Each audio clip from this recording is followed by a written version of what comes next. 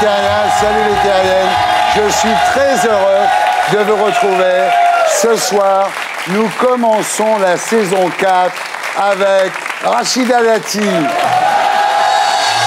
Rachida, bonsoir. Rachida Dati, merci d'être là. Vous êtes ancienne ministre de la Justice, maire du 7e arrondissement de Paris, députée européenne et mannequin vedette chez Dior. Alors, vous êtes ici ce soir, Rachida, pour répondre à la grande question que les Français se posent depuis des mois, celle qui est sur toutes les lèvres. Est-ce que vous avez eu du beau temps pendant les vacances, Rachida? Je suis sûr que oui, en plus. Oui, vous étiez au Maroc. Ouais. Alors, vous connaissez l'émission. En première partie, nous serons tous les deux. Just the two of us. Nous parlerons de vous, de vos origines, de votre enfance, de votre carrière, de votre engagement politique qui vous a amené jusqu'au ministère de la Justice, Rachida. Le ministère de la Justice, c'était pour pouvoir bosser Place Vendôme. En P2, nous recevrons deux nouveaux invités pour commenter avec nous l'actualité de la semaine. Éric Nolot, qui officie tous les jours dans Star Mag, sur TPS Star, et le samedi soir sur France 2, chez Laurent Ruquier. Alors, on aura celui qui est méchant avec les écrivains sur France 2, Éric Nolot, et celui qui est méchant avec les footballeurs sur Canal, Pierre Ménès, qui sera notre troisième invité. Vous connaissez Pierre Ménès? J'ai déjà vu sur M6, je crois. Voilà, sur M6, effectivement. Il était avec Estelle Denis, bravo, sur M6, jusqu'au jour où il s'est rendu compte qu'elle était vraiment amoureuse de Raymond Domenech. Et là, il est parti, voilà. En P3, après le zapping et Guillon, nous accueillerons notre invité du samedi 20h. Ce soir, Céline Martin, la dernière femme de Jacques Martin, qui publie Un amour inacceptable chez Michel Lafon. Elle a connu Jacques Martin quand elle avait 19 ans et lui 56. Et la première question qu'il lui a posée, il lui a dit « Il est là, ton papa ?» Bien, alors, il y a une nouveauté dans l'émission cette année, c'est que je donne mon portable. Voilà, je donne mon numéro de portable, 06 23 43 44 53. De toute façon, ça s'écrit sur l'écran. Et vous m'appelez pour me donner vos commentaires, vos critiques, vos idées. Et chaque semaine, nous écouterons donc les meilleurs messages vocaux et nous lirons ensemble les meilleurs SMS. Voilà, je donne mon portable. L'émission s'appelle Salut les terriens et le groupe Les Gréments de Fortune. Alors, Rachida Dati, donc en vacances au Maroc, près de Casablanca. Oui. Au Bled. C'est la ville de mon père. Ouais. Alors c'est vrai que là-bas, il n'y a pas d'électricité, pas d'eau. Non. Là où nous étions, on avait l'eau du puits. On avait un puits. Vous avez un puits. Oui. Non, mais finalement, c'est pas loin des conditions de vie qui étaient celles de vos parents quand ils sont arrivés en France. Ils logeaient dans une grange avec 3 familles maghrébines. Il y avait l'eau du puits, il y avait des toilettes à l'extérieur. Enfin, c'était très dur quand ils sont arrivés. C'était aussi une période, une époque, ils s'en sont pas plaints et tout le monde était logé comme ça et ils étaient arrivés comme ça. Moi, j'ai jamais entendu, en tous les cas, mes parents s'en plaindre. Alors, vous naissez en 1965, vous êtes la deuxième de 12 enfants. Pourquoi pas 13? C'était superstitieux, votre père? D'abord, c'est 11, parce qu'on a une nièce qui a été élevée avec nous. Ah oui, d'accord. Alors, votre père, qui s'appelle Mbarek, était un gros travailleur. Hein, il veut que ses enfants réussissent aussi. Et il vous envoie dans un collège catholique privé qui s'appelait Le Devoir, tout un programme. Ouais, mais ça démontre quand même une grande ouverture d'esprit. Mes parents, et maman compris, considéraient que les religions, et notamment les religions monothéistes, étaient semblables et similaires. Ouais. C'est pour ça que vous n'êtes pas très confessionnel, finalement. On a la foi. Oui, non mais d'accord, mais vous dites jamais que vous êtes musulmane, par exemple. Mes parents le sont. Oui. Vous faites le ramadan, non? Non, je sais pas. Alors, votre mère, Fatima Zora, ne sait ni lire ni écrire, mais elle est pleine de bonne humeur. Elle chante toute la journée en écoutant la radio. Alors, elle écoutait Mamie Blue, elle écoutait L'Amérique de Joe Dassin, et elle adorait coudre, en fait. Elle passait son temps à faire des robes, des pantalons, Et c'est de là que vous vient votre goût des fringues? Elle a toujours été très coquette, puis elle a toujours considéré, mais par rapport à ses enfants, que c'était respecter les autres d'être bien habillés. Voilà. Alors, vous faites des tas de petits boulots à côté de vos études. Vous me dites si je me trompe, hein, mais vendeuse de produits de beauté en porte-à-porte dans une cité, c'est vrai? Oui, j'avais 14 ans. Ouais. C'est votre premier boulot, ça? Oui. Ça marchait? Ça marchait très bien. Ah ouais, ça ne m'étonne pas. Ça ne m'étonne pas. Alors, vous me dites, hein, animatrice d'un centre aéré. C'est vrai, mais je ne suis pas restée longtemps. Ah ouais. J'avais un petit peu de mal avec les enfants. J'avais pratiquement leur âge. Grande surface? Oui. Caissière? Caissière, j'ai vendu de la charcuterie. Ah là là. Ah, c'est terrible ça. C'est surtout qu'en plus, à l'époque, je ne connaissais pas bien forcément la distinction entre les différents jambons, les différentes... Et donc c'était assez drôle parce que je vendais parfois un peu au hasard. On me demandait des produits précis, puis je prenais au hasard et même les gens ne s'en rendaient pas compte. Donc voilà, et j'ai vendu des glaces. Ah bon? Alors, vous voulez vraiment vous en sortir parce qu'à un moment, vous travaillez dans une clinique à Sainte-Marie, à Châlons, comme aide-soignante, et vous ramassez la presse pour la lire, pour vous informer sur ceux qui dirigent le monde. Je disais même les rubriques nécrologiques, tout. Le monde que vous rêviez de conquérir, voilà. Par exemple, Albin Chalandon, en 87, il y a une réception à l'ambassade d'Algérie. Vous arrivez, vous l'accostez, il est quand même ministre de la Justice à l'époque, ce qui est assez drôle quand on sait ce qui s'est passé après. Et il va vous aider, Albin Chalandon. Albin Chalandon, il y avait un portrait de lui dans Le Figaro, un journal que j'avais récupéré à la clinique. Et ce qui m'avait intrigué, c'était son prénom, Albin. Oui, c'est vrai. Et le jour où je vais à la réception de l'ambassade d'Algérie, l'huissier annonce Albin Chalandon. Ouais. Et je me dis, bah tiens, c'est le monsieur du journal. Ouais. Et donc je l'aborde en lui disant, je sais qui vous êtes, et je lui raconte son histoire. Mais il a été assez frappé, parce que c'est pas ma génération. Voilà. Mais vous lui dites quoi, Albin Chalandon, quand vous le voyez comme ça? Parce que quand même, il faut être gonflé, quoi. Moi, je lui dis, écoutez, moi, je veux vous voir, je voudrais un rendez-vous avec vous, je sais qui vous êtes. Ça, quoi. Voilà, mais... Ah, et vous y allez cash, quoi. Mais j'avais rien à perdre. À l'époque, vous n'étiez pas à Paris, en plus. Vous êtes venu de Dijon, non? Oui, j'étais en fac à Dijon. Après, il y a Jean-Luc Lagardère, vous le branchez un jour, on met le prix de la vocation à votre sœur Malika. Il y a aussi Jacques Attali. Oui. À Londres.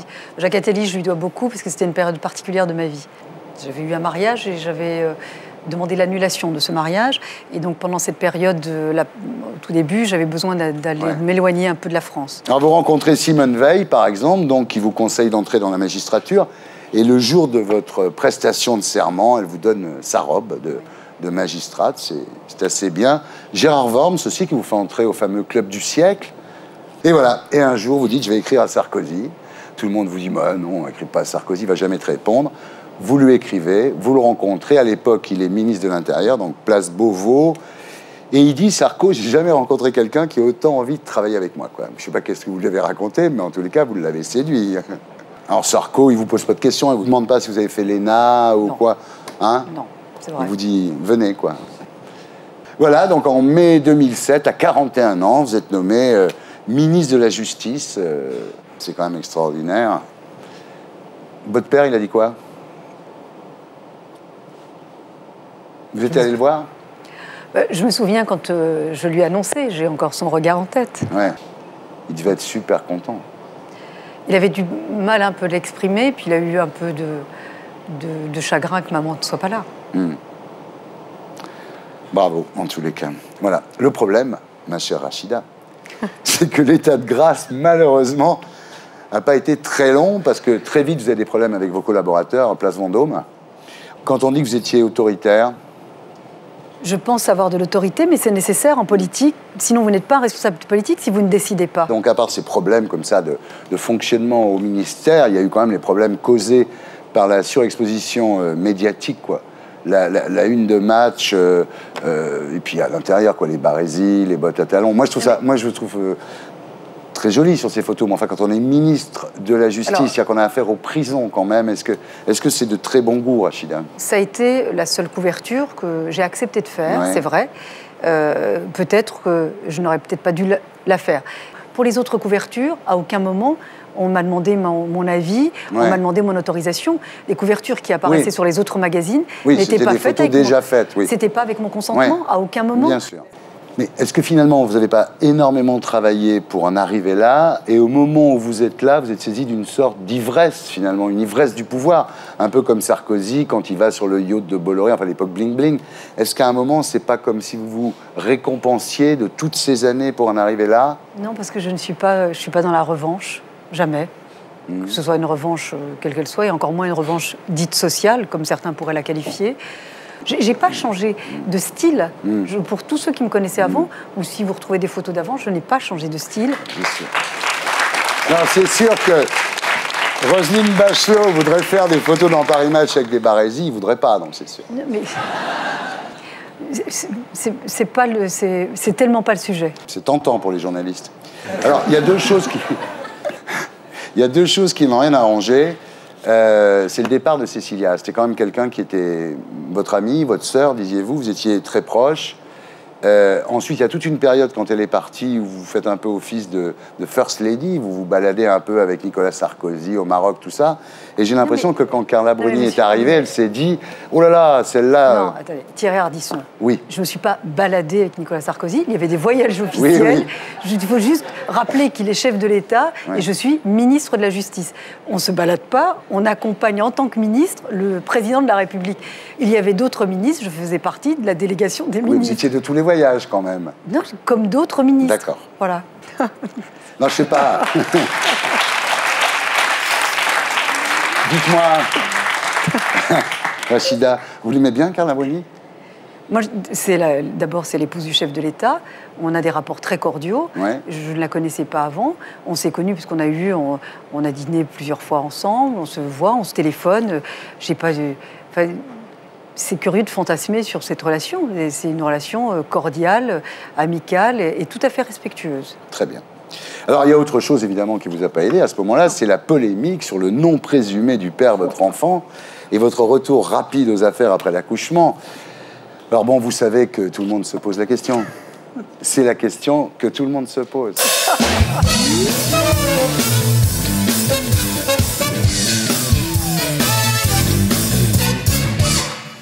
Rachida, qui est le papa de Zora?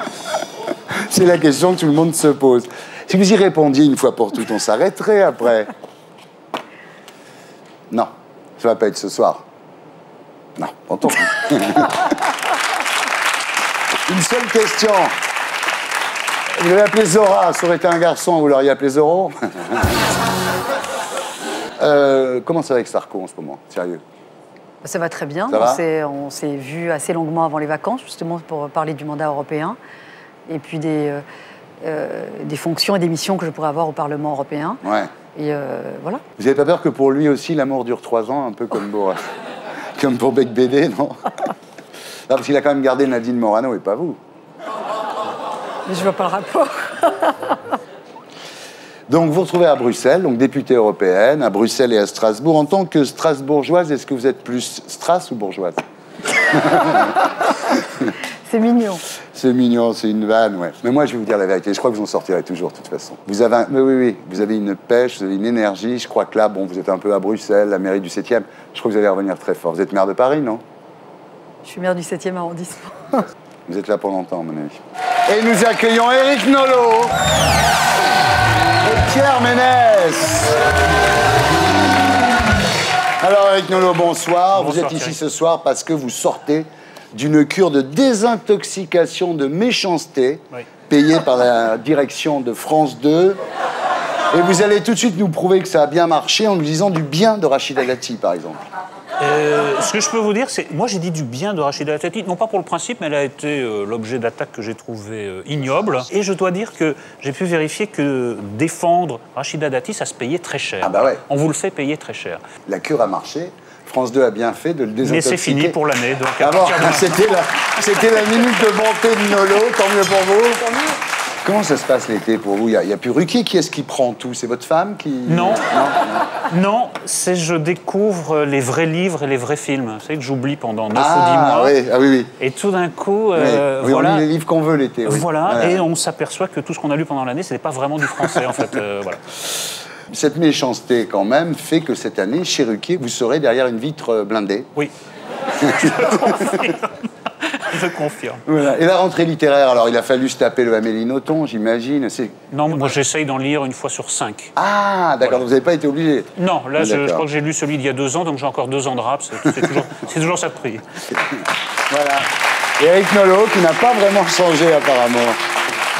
Alors, Pierre Ménès, bonsoir. Donc, avec Nolot, on a celui qui est méchant avec les écrivains sur France 2. Avec vous, on a celui qui est méchant avec les footballeurs sur Canal. Vous avez intégré le Canal Football Club. Ça vous aurait plu, vous, Nolo, de casser du footballeur? J'ai failli avoir le boulot de M. Ménès. Il en était question. Eh oui. Mais sauf que Canal, vous voulez en exclusivité, oui. et vous avez dit non, je reste quand même chez Laurent Ruquier. Oh, c'était trop dur de quitter Zemmour, j'ai préféré... Bah oui, il est tellement sympa. Alors, vous pouvez toujours aller sur Stade 2 pour remplacer Carlier, quand même.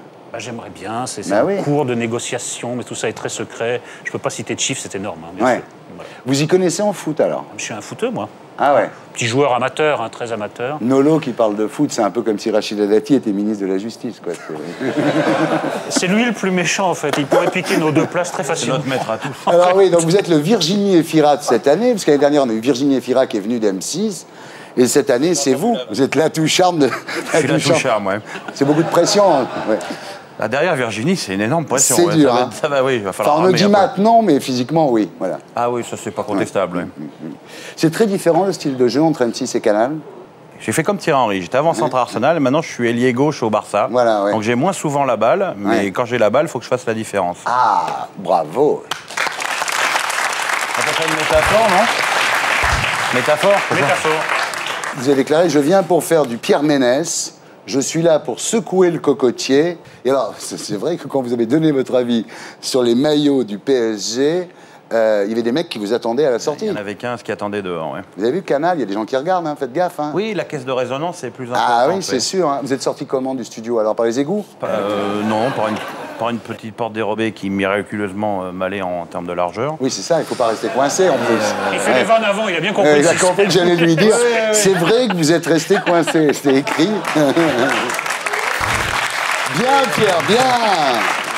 C'est pas très grave. Puis comme j'observe que depuis le PSG a gagné les 3 matchs avec ce fameux maillot, je pense qu'encore 2-3 victoires comme ça, et tout le stade sera avec ce maillot-là. Mais on m'a dit ça, que le PSG avait gagné tous ses matchs sans déconner. C'est vrai? Non, moi je crois au PSG cette année. J'y crois. Dans les 5 premiers. En tout cas, sur OM Bordeaux, vous aviez donné le bon pronostic, 0-0. Oui, mais j'en donnerais plein de mauvais. Hein. Ah non, mais c'est fort quand même. Non, vraiment. Mais, hein. Thierry, tu sais, je pense que ça, c'est vraiment un truc. Quand tu veux faire le connaisseur de foot, il faut dire ça va faire 0-0. Ça fait le mec qui s'y connaît vachement, ça. Alors ce soir, l'équipe de France qui joue ses qualifications en Coupe du Monde contre la Roumanie, à votre avis? Contre la Roumanie, je pense qu'on va les écraser 1-0. Oui. Comme les îles Féroé. Comme les îles Féroé. Et puis après, voilà, il faudra voir ce qui va se passer à Belgrade mercredi. En même temps, se qualifier pour la Coupe du Monde, qu'est-ce qu'on va y faire une fois qu'on sera dedans? Pas grand-chose. L'équipe de France, qui a pratiqué probablement le plus beau jeu de l'histoire, c'est-à-dire à l'Euro 2000, s'est qualifiée dans des conditions déplorables, en gagnant contre Andorre à Barcelone, au stade olympique, 1-0 à la dernière minute, sur un pénalty de Leboeuf, c'est vous dire comment on a souffert, et avec Dugarry expulsé dans le premier quart d'heure. Donc ces matchs dans des stades pourris, contre des équipes qui sont aussi généralement pourries, c'est compliqué, c'est difficile de briller. Pour briller, il faut quand même être deux. Il reste à espérer que celui les terriens ne soit pas trop regardé en Andorre ou aux îles Féroé, sinon t'es pas prêt de te débarrasser de tes gardes du corps. Sinon, ils sont plus de chez lui. La sortie, il y a 15 mecs des îles Féroé qui attendent dehors, avec des barres de Vichy et des chèvres. Et Nolo, alors le score ce soir, là? Ça va faire 2-1 pour la France. 2-1, Nolo, 1-0. On va voir, on va voir.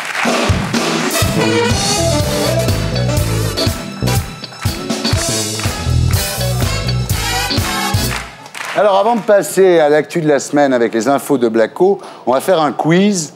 Rassurez-vous, Rachida, il n'est pas question de jouer pour trouver le nom du papa de votre fille Zora. Ça serait trop facile. Voilà, non, on ne va pas faire ça. D'abord, ça ne nous ressemblerait pas. Vous connaissez la discrétion de cette émission qui est proverbiale et légendaire. Non, l'idée, c'est juste de faire un quiz qui s'appelle Paire 2.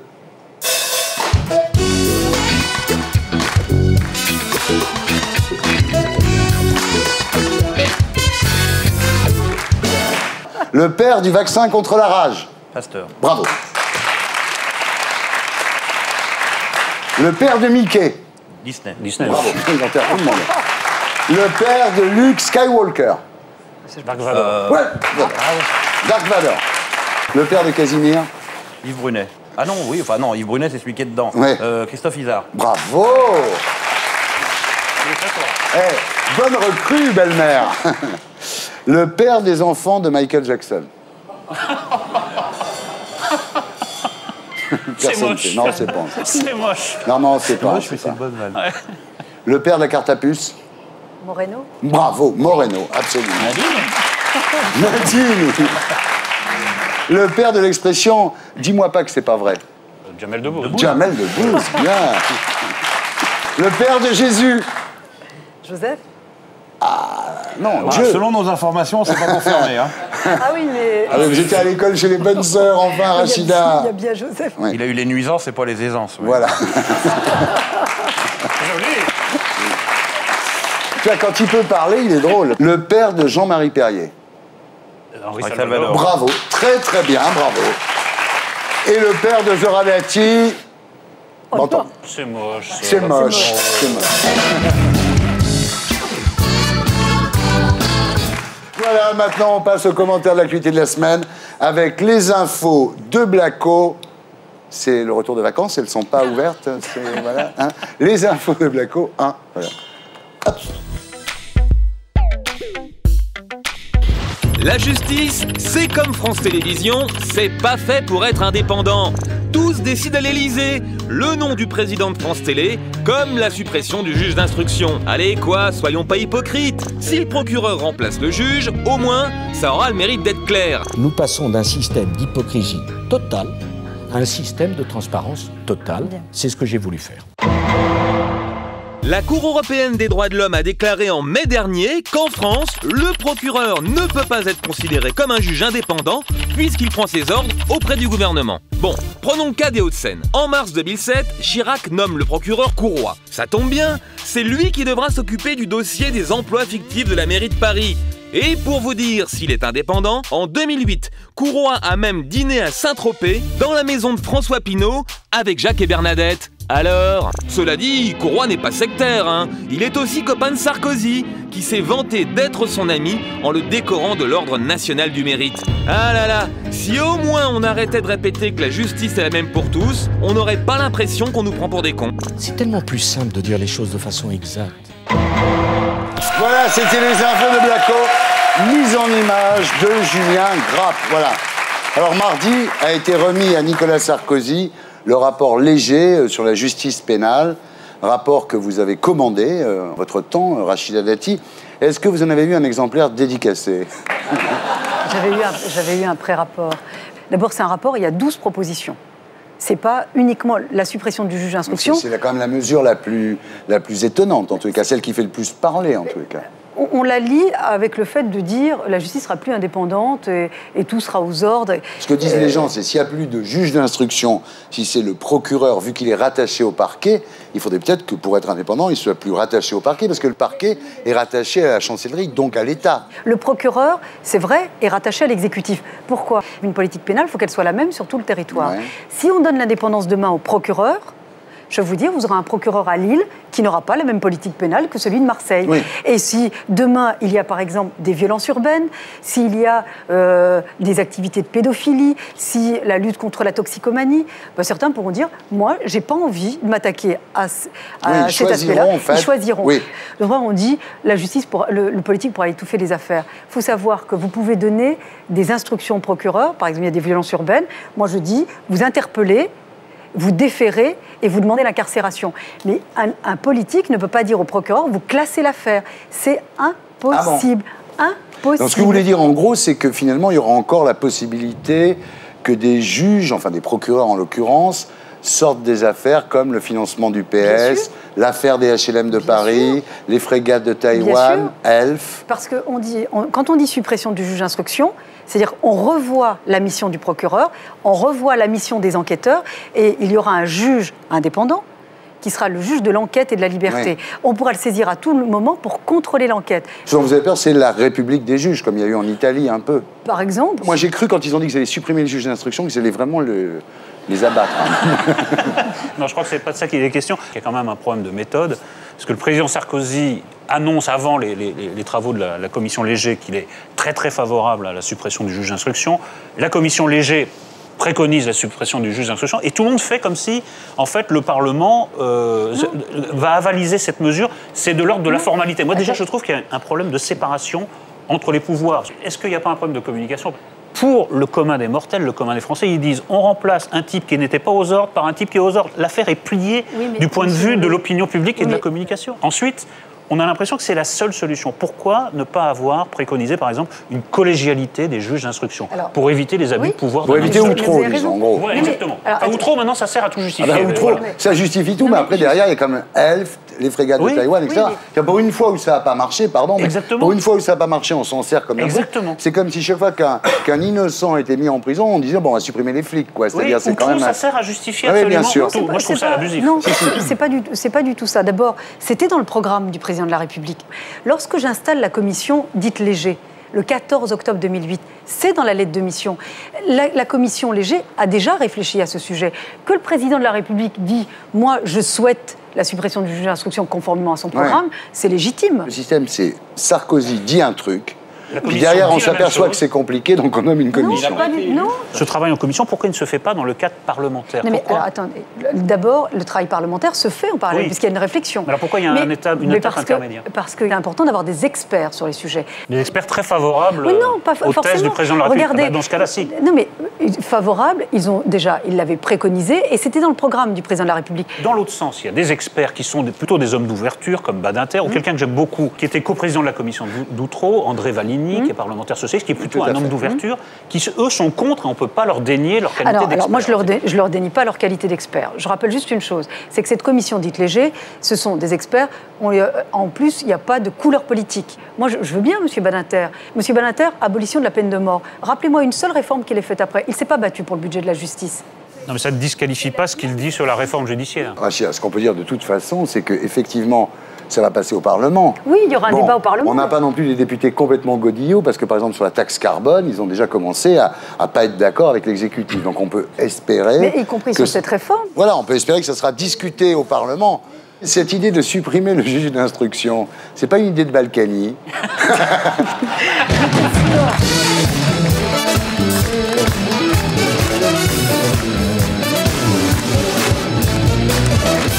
Bon, on continue notre commentaire de l'actualité de la semaine avec les infos de Blacko 2.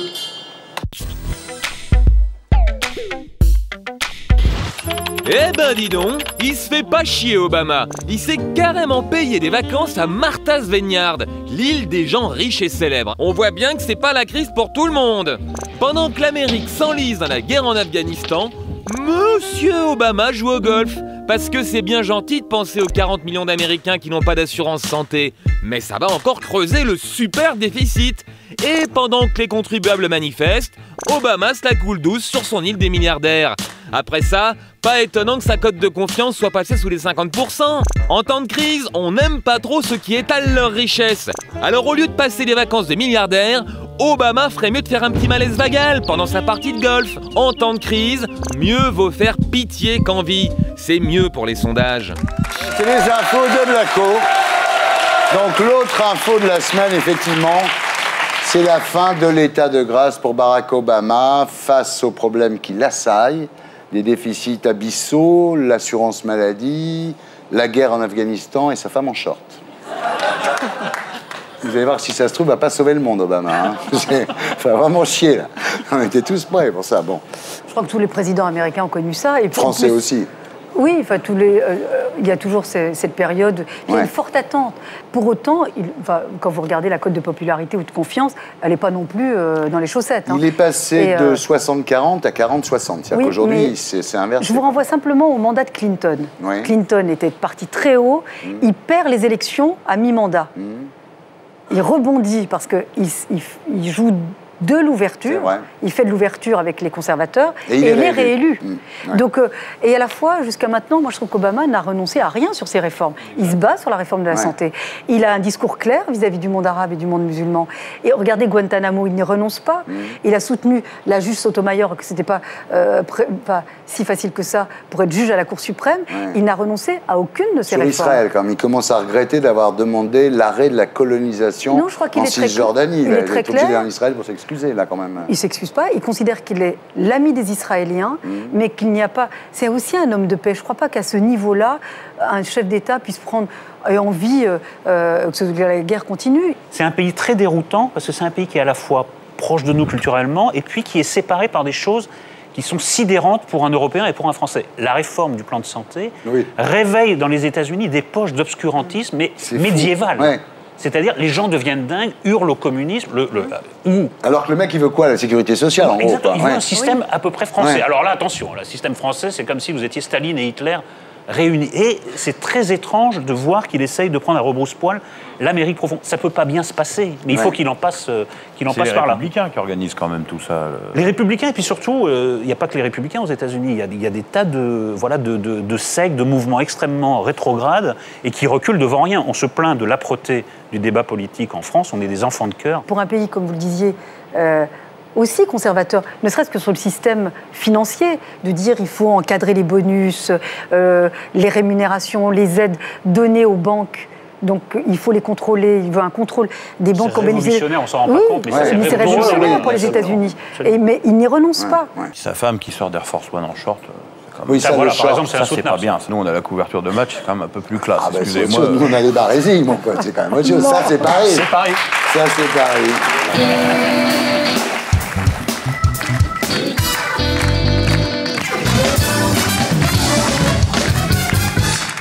Bien, on continue notre commentaire de l'actualité de la semaine avec les infos de Blacko 3.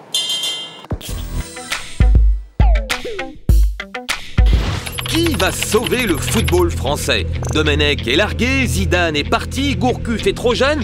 Heureusement, il nous reste ce bon vieux Platoche. Ben oui, maintenant qu'il préside l'UEFA, Platini voudrait obliger les clubs européens à équilibrer leur budget d'ici 3 ans. En voilà une bonne nouvelle pour les clubs français. Chez nous, les clubs sont déjà obligés d'équilibrer leurs comptes, sous peine d'être rétrogradés en 3e division. Comme quoi, le problème des équipes françaises, c'est pas qu'elles sont nulles, c'est qu'elles sont bien gérées.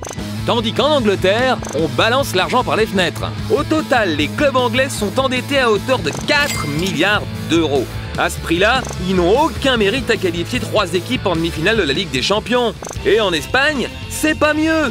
Le Real Madrid a un trou d'1,5 milliard dans ses caisses et il trouve encore le moyen d'acheter Ronaldo, 94 millions d'euros. Heureusement, d'ici 3 ans, ça va changer. Et si ça suffit pas, faudrait que Platini autorise les équipes françaises à jouer à 15, ou à 17, ou à 32. Et encore, pas sûr que ça suffise. Merci Blacko, merci Julien Grappe. Bon alors j'explique pour les gens, vous me dites si je me trompe, c'est-à-dire qu'en France, tous les comptes des clubs sont obligés d'être équilibrés tous les ans. Ce qui fait qu'on ne peut pas s'endetter en prenant des joueurs énormes, évidemment. Alors que les autres clubs européens, ils peuvent s'endetter à mort. Alors l'idée de Platini, c'est de dire tout le monde va être logé à la même enseigne, plus personne pourra être en déficit. Donc non, ça peut aider la France. Oui, si on arrive à ça, j'y crois pas un quart de seconde, moi. Non. Déjà, je crois que l'intitulé de la réunion, c'était le fair play financier. Ouais. Donc déjà, il y a quelque chose qui gratte. C'est un oxymoron. Ouais. Certainement. Mais voilà, c'est pas possible. Mais Platini a des bonnes idées, quelques-unes, et beaucoup de drôles d'idées. Oui. Finalement, le fait d'avoir une gestion saine, est-ce que dans cette période de crise, ça ne nous aide pas? En France, c'est bien la DNCG, mais on a une série de freins. On n'a pas le droit de faire de la pub pour des marques de bière. Je peux vous dire que Liverpool sans Carlsberg ne serait pas Liverpool. On n'a pas le droit de faire des pubs pour les paris en ligne.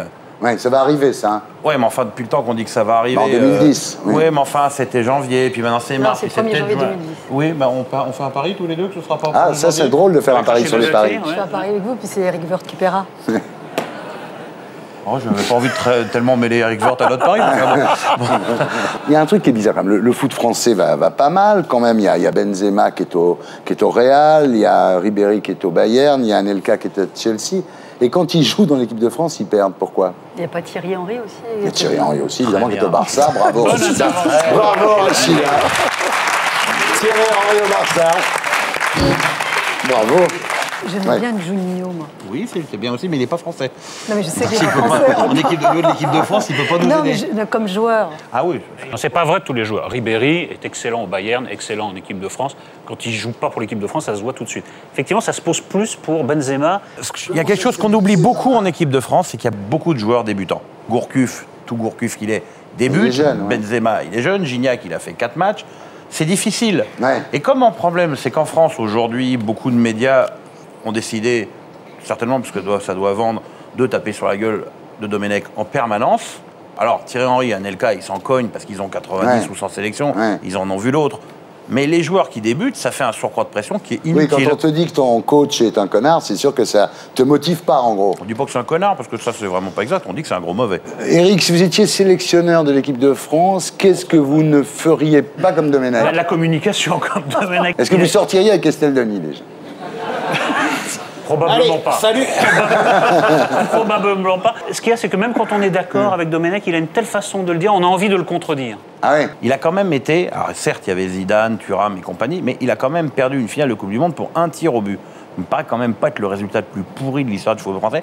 Et il a retiré 0 crédit de ça. Ouais. Donc, moi, je ne l'aurais pas gardé après l'Euro 2008. Je pense que c'est une erreur monumentale de l'avoir gardé. Mais maintenant, il est là, il faut bien rouler avec, quoi. Alors, Rachida, est-ce que vous savez que Sarkozy prépare une loi qui lui permettra de nommer directement le sélectionneur de l'équipe de France? Après avis des commissions parlementaires? Sans doute. Bon, Éric Nolot, je vais vous laisser filer. Il fallait préparer l'émission de Laurent Ruquier. Une prochaine fois. Et voilà, et on vous dit à bientôt. Merci d'avoir été avec nous. À vous, Stéphane, pour la semaine de Lyon.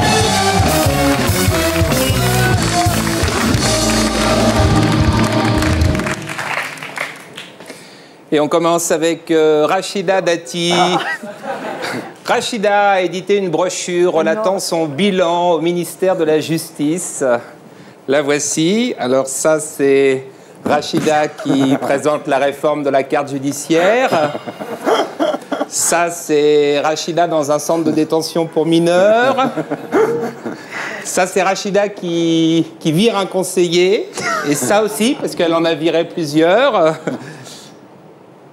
C'est quoi cette photo-là? C'est une prison française? Qu'est-ce que ça vient foutre là? Je m'en fous que ce soit les pires d'Europe. Je revisite la carrière de Rachida. Excusez-les, Madame la Ministre. La saison commence et ils font n'importe quoi. Incroyable. Ça, c'est une bague à 2 balles. C'est du plaqué or. C'est Rachida à Strasbourg. Pour éviter la pendaison en prison, votre successeur, Michel Alliot-Marie, a demandé à l'administration pénitentiaire de distribuer des pyjamas en papier. Bonne idée. Quand t'as pas le moral, dormir dans un pyjama en papier, tout de suite, ça va mieux.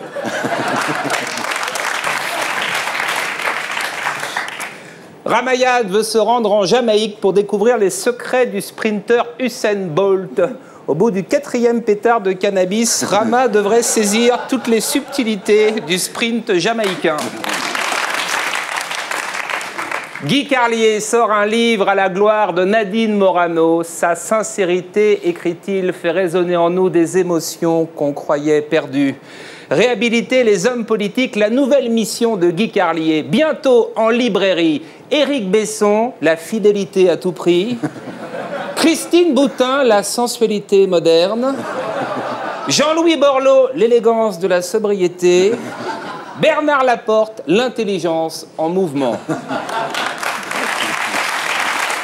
La Libye a présenté la Kadhafi Mobile, une idée à développer que chaque chef d'État ait une voiture à son look. Voici l'Obama Mobile, une limousine très classe, la Sarko Mobile, la plus petite voiture du marché, qui a parfois des soubresauts, et la Berlusconi Mobile, c'est une camionnette avec des putes. Ali, c'est le nom du nouveau président du Gabon, fils d'Omar Bongo. Ali, c'est aussi le nom de la pilule minceur. Un point commun, les deux peuvent faire très mal au cul. Un Niçois paraplégique a été victime de brûlures au 3e degré à cause de chaussures chinoises. C'est nul d'acheter des chaussures chinoises à des paraplégiques. Tout ça parce qu'on sait qu'ils n'useront pas la semelle. On leur prend des chaussures de merde, c'est moche, c'est moche. Une Californienne retrouvée 18 ans après son enlèvement, elle vivait dans un bungalow insonorisé. C'est notre question de la semaine. Les bungalows américains sont-ils moins sûrs que les caves autrichiennes? Je me suis dit, comme l'année commence, autant faire plaisir tout de suite. Oui. Roissy, classé pire aéroport au monde sur le net. Manque de propreté, personnel peu aimable et mendicité. Sans compter les avions qui arrivent en retard. Le Rio-Paris, ça fait plus de 2 mois qu'on l'attend. Télévision, PPDA a sauté à l'élastique. Pour refaire de l'audience, il faut que PPDA saute sans élastique. Cet été, dans Gala, Stéphane Bern nous a présenté son chien, Dash, une marque de lessive. Il voulait l'appeler Homo, mais c'était l'année Dédé. Dans son émission Rendez-vous en terre inconnue, Frédéric Lopez a emmené Gilbert Montagné au Tibet. Alors moi, j'ai voulu voir l'Himalaya dans les mêmes conditions que Gilbert Montagné. J'ai allumé ma télé et j'ai mis un bandeau. C'était magnifique. Merci France 2. Merci. Merci beaucoup. Merci, à bientôt, à la semaine prochaine. Au revoir Stéphane, à la semaine prochaine. Et d'ici là, retrouvez-le sur canalplus.fr. Et maintenant, on passe à l'invité du samedi 20h.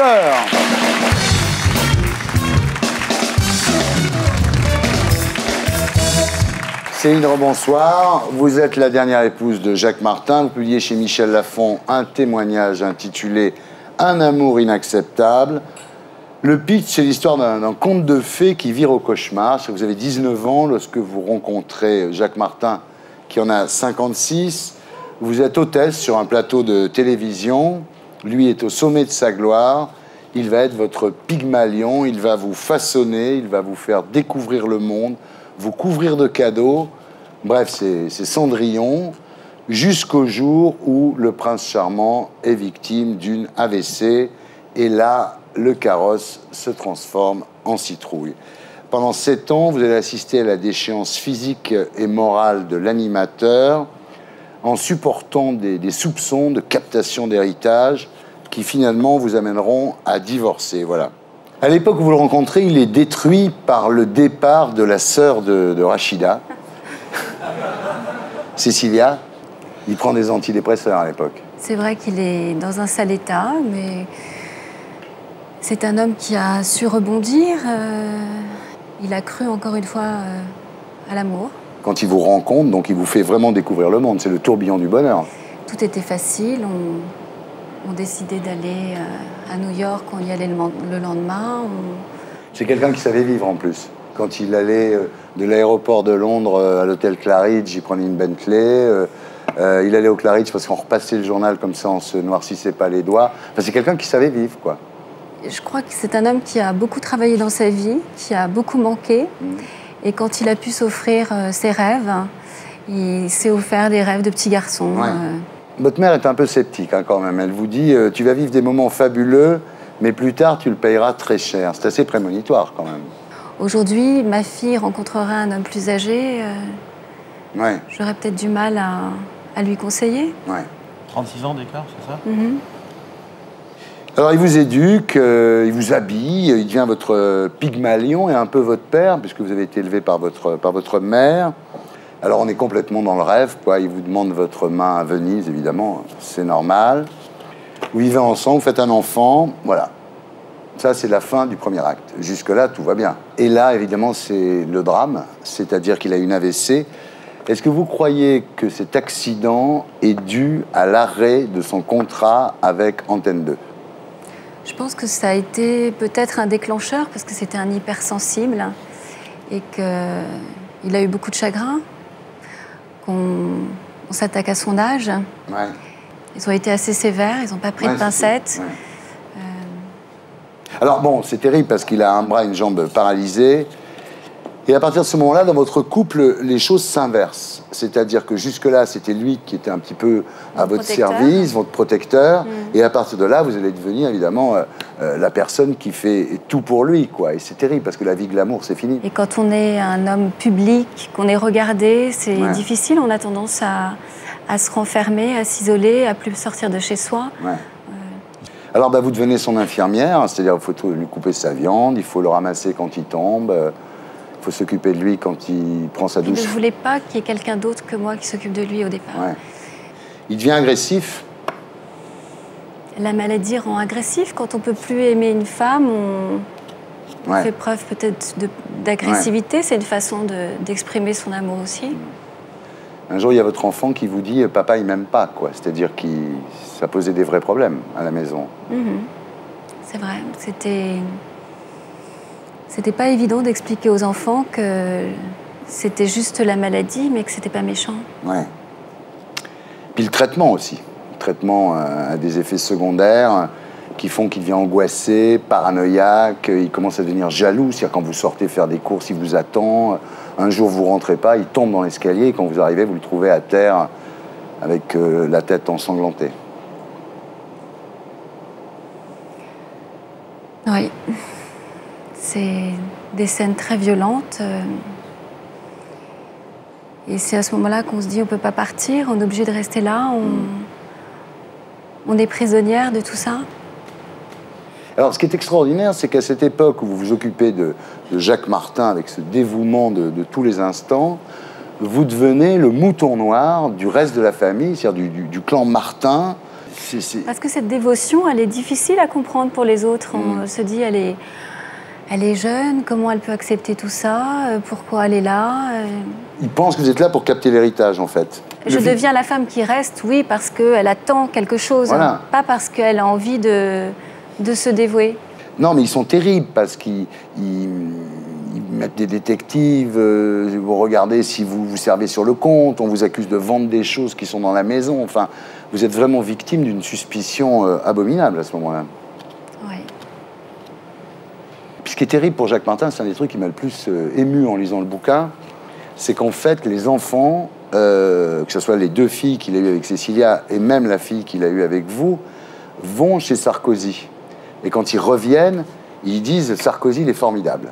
Elle ne parlait que de lui, elle voulait être mère de Neuilly. Je pense aussi que c'était aussi pour les enfants...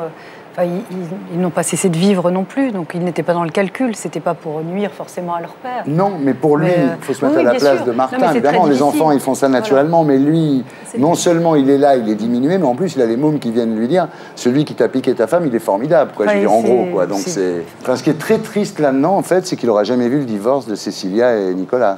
Je ne sais pas si ça l'aurait réjoui. Ah bon? Non, non, non.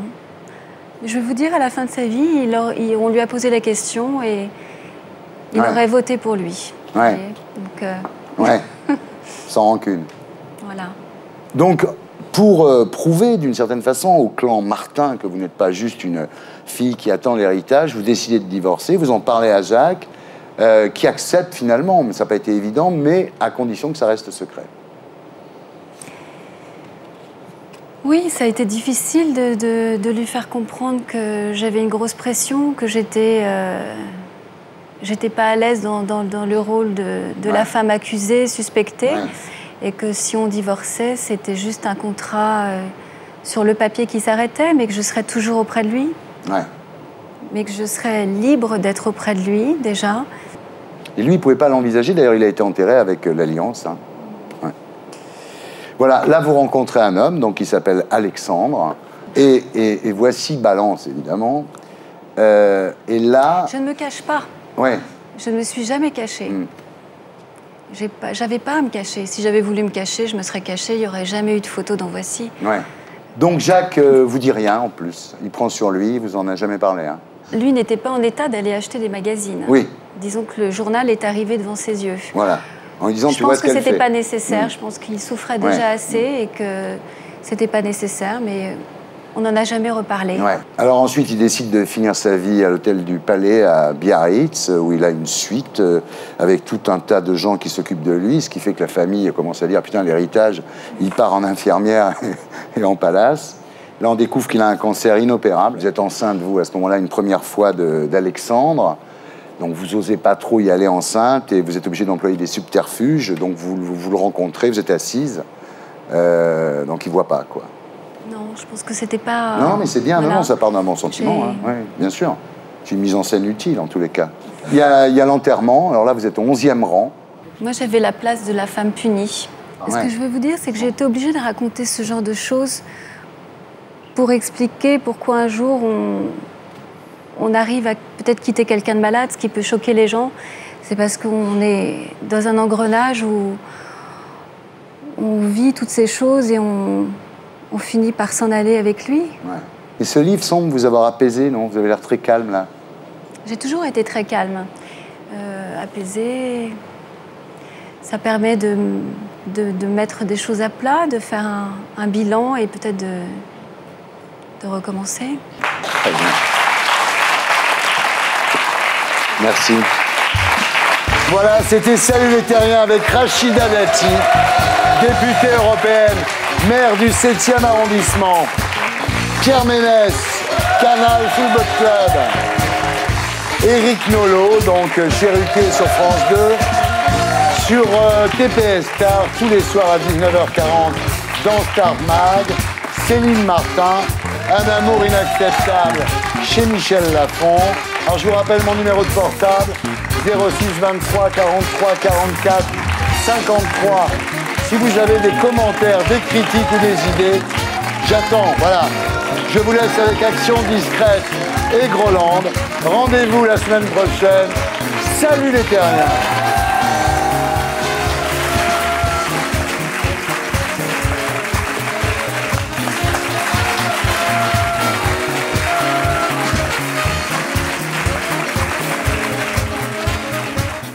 Et pour être sûr de ne rien rater de Inarditube, abonnez-vous et mettez un pouce bleu.